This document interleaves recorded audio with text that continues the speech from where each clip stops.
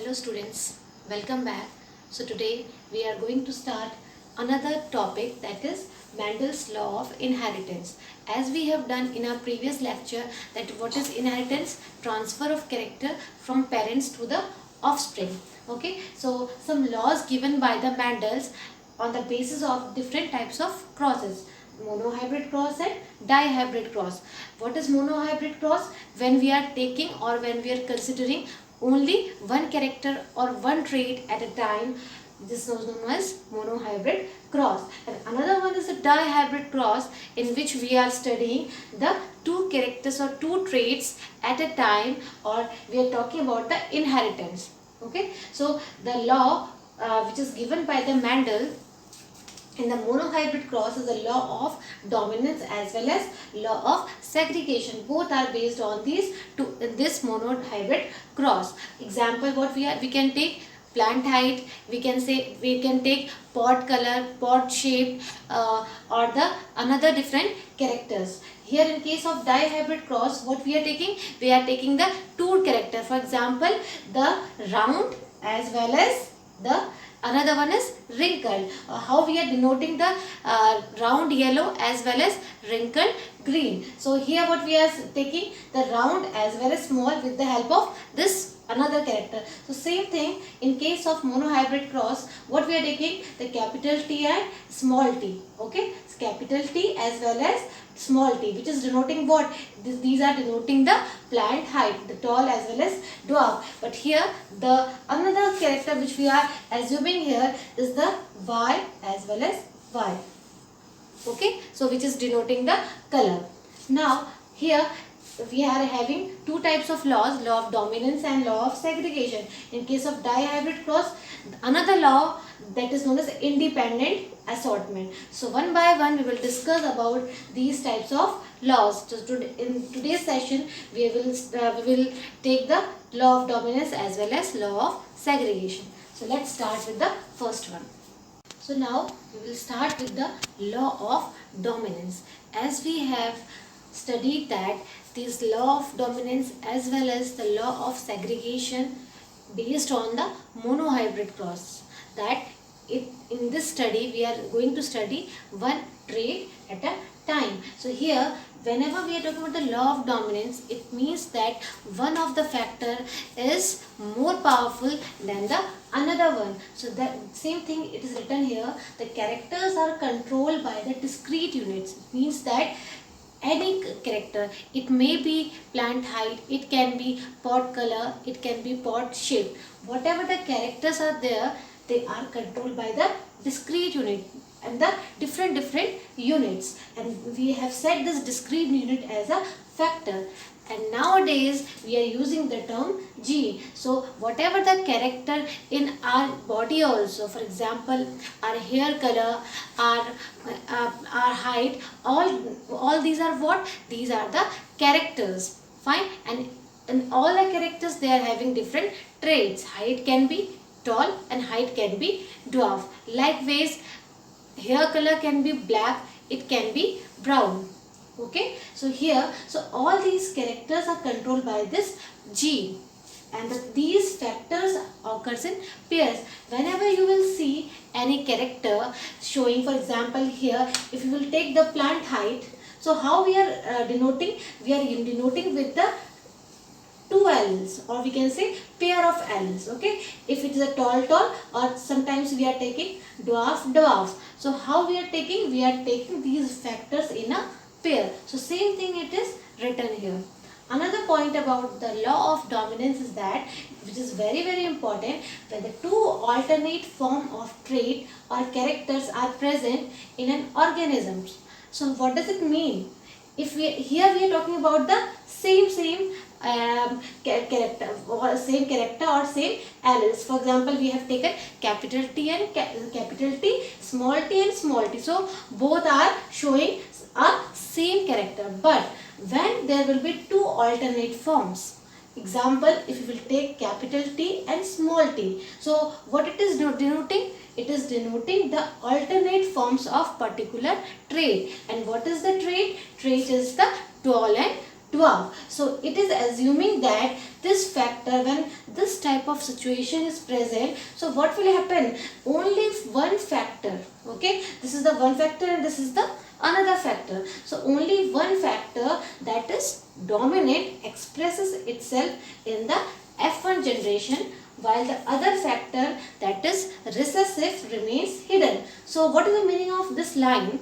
That if there will be two alternate forms of a particular trait, so only the dominant will express itself, while the recessive will not able to express itself, and as a result it will be suppressed by its dominant part. So here, as we have done in our previous lecture, how the law of inheritance takes place. We have done the crosses between two trait, that is tall and dwarf. So same thing we are repeating here. So how this law of dominance is applied in this inheritance. So like same ways, we are having two parents. One we have assumed as a female parent as well as another one as a male parent. You can take vice versa. Okay, so it may be the part of reciprocal process. So here, now what we are taking? We are taking one female plant and the one male plant. So it is tall in trait and it is dwarf in trait. Okay, and the genotype is what? Genotype is the genetic constitution. So we are representing the tall height with the capital T and the small one is the smaller t. Okay, so now when there will be a crossing take place between these two parents, what will happen? There will be a formation, or we can say production of offspring. These offspring are what? These are the F1 generation. F1 generation is what? When we are crossing two parents and as a result we are getting offspring. So this part is a F1 generation, which is known as first filial generation. Okay, so as a result of this, what you are seeing here, you can see that capital T and small t, capital T and small t, capital T and small t. In all the combination, you can see that there is capital T, capital T, capital T and capital T. So all they are expressing the tall character. So phenotypically, if you will see these plants or these offspring, you can say that all these are tall in nature.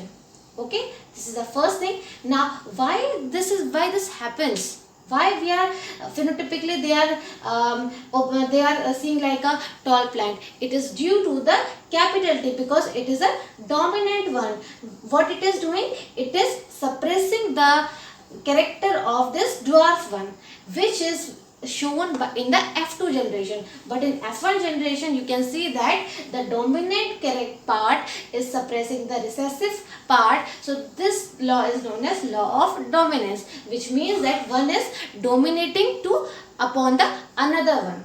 Okay, so here whenever we are talking about this law, so some exceptions are also there. Okay, so what is exception? In exception, we can say that these things are not following. Why? Because in case of incomplete dominance, you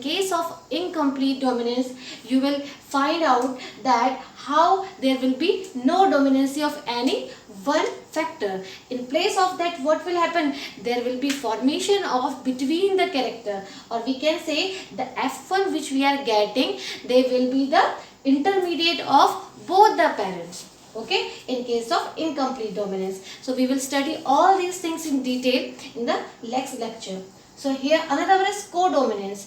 Codominance means both are expressing each other side by side in their F1 generation. We will study some more example of the incomplete dominance, that is Mirabilis jalapa. Here in case of, we will study about the coat color in cattle. So these are exceptions where this law doesn't follow. Okay, so now we will study about the next law, which is law of segregation.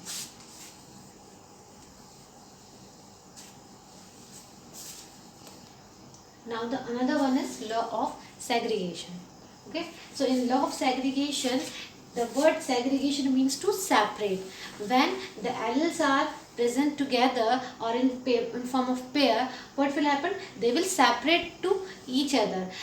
That's why they will retain their identity. So what does it mean? If we have written a pair of allele present in an individual do not get mixed up. For example, if we are having the capital T and small t, okay, the phenotypically it is showing that what type of trait? Tall trait. But here what will happen?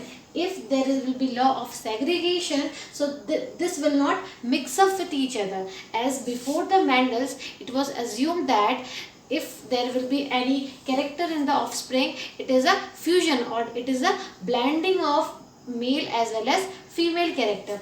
But here this law states that there will be no blending of character. Instead of blending, what will happen?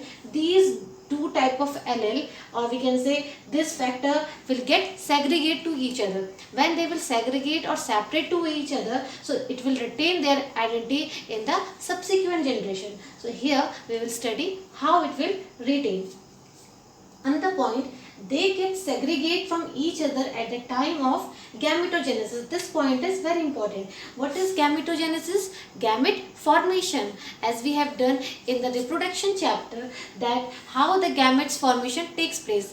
If we will take the example of human beings, so what is the gametogenesis? In case of male, the formation of sperm, it is known as gametogenesis. While in case of female, the production of ovum, it is known as the gametogenesis. So here during the whether it is a formation of sperm or the ovum, what will happen? Before that there will be separation of that allele from the pair. So here now when they will separate to each other, what will happen? In the next generation or in the subsequent generation, they will express itself. So how we will understand these lines? Here again, if we will take the cross, as we are considering that the basis of the law of dominance as well as the law of segregation is monohybrid cross, in which we are considering only one character at a time. So what is that character which we are assuming here? The plant height. It can be tall, it can be dwarf. So again we are representing the tall with a capital T and the small one is the, or the dwarf one is with the small t. When we are crossing these two types of parents, what we are getting in the F1 generation? It is the same. So what is happening? We are getting the capital T, small t, which is showing the tall height. Okay, so how we are getting this tall height? Before that also, first of all, these tall one as well as the dwarf one, what will they will do? They will form the gamete. Okay, so during the gamete formation, what is happening? They are separating with each other. But here the condition is homozygous condition. In case of homozygous condition, both which we will get here, both are the capital T and capital T. Now in the F1 generation, the hybrid which we are getting, that is capital T small t, which is showing the tall height. Now we will considering the F2 generation, because in law of segregation we will come to understand about this law when we will see the F2 generation. So for getting the F2 generation, what we will do in the F1 generation, we will self-pollinate the F1 generation. What does it mean? That if we are having the capital T small t, again we are crossing this plant with the capital T and small t. Okay, so this is known as the self-pollination. As a result of self-pollination, what will happen? Again there will be gamete formation. Whenever there will be gamete formation, it will divide into capital T as well as small t. So in short, you can see here, if we are having capital T and small t, so how they will separate with each other? When this capital T will form another one and this small t will form another one. Okay, so this is the splitting, or we can say separating of this gamete. So now due to this, what will happen? We are getting capital T small t in the first case, same thing which we are getting here in the second one also. Now as we have done the Punnett square method, if we will cross this method, what is happening? We are getting different F2 generation. So this F2 generation is somehow different. How? Why they are different? Because in F2 generation we are getting some are tall and some are dwarf and some are the intermediate between the tall and dwarf. If we will observe here, what you are watching here, in the F1 generation we are getting only the capital T small t, and the dwarf is not able to express itself. Okay, its identity is lost in the F1 generation.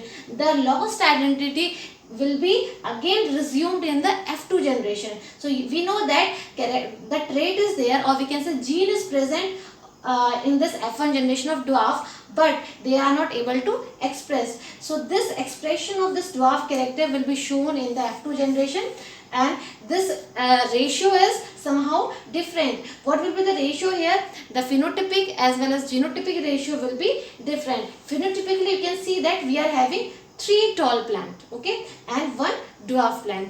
But if you see genotypically, you can see that the pure tall are 1 and the 2 are the hybrids. It means that they are the heterozygote tall, and another one is the pure dwarf. Okay, so the ratio would be 1 ratio is to 2 is to 1. Okay, so here the whole summary about the law of segregation is that during the crossing, or during that during the F1 generation as well as F2 generation, there will be a gamete formation. There is a separation of these gametes, and due to this there will be a identity will be retained. Now very important thing about this law is that this law is universally accepted. Why? Because there is no exception of this law. As we have done in case of law of dominance, we have studied that there are the 2 exceptions, law of or we can say codominance as well as the another incomplete dominance. So but here in this case there is no exception. This is accepted in all the sexually reproducing organism, or we can say all those organisms which are reproducing sexually, they are following the law of segregation, and due to this law of segregation the purity is maintained. That's why we are saying this law as a law of purity of gametes. Okay, so today we have done the law of dominance as well as law of segregation. These are based on the monohybrid cross. In the next lecture we are going to start with the another one, law of independent assortment, which is dependent or we can say the basis of that law is dihybrid cross, in which we will study about the 2 characters or 2 traits at a time. Okay, that's all for today. Thank you.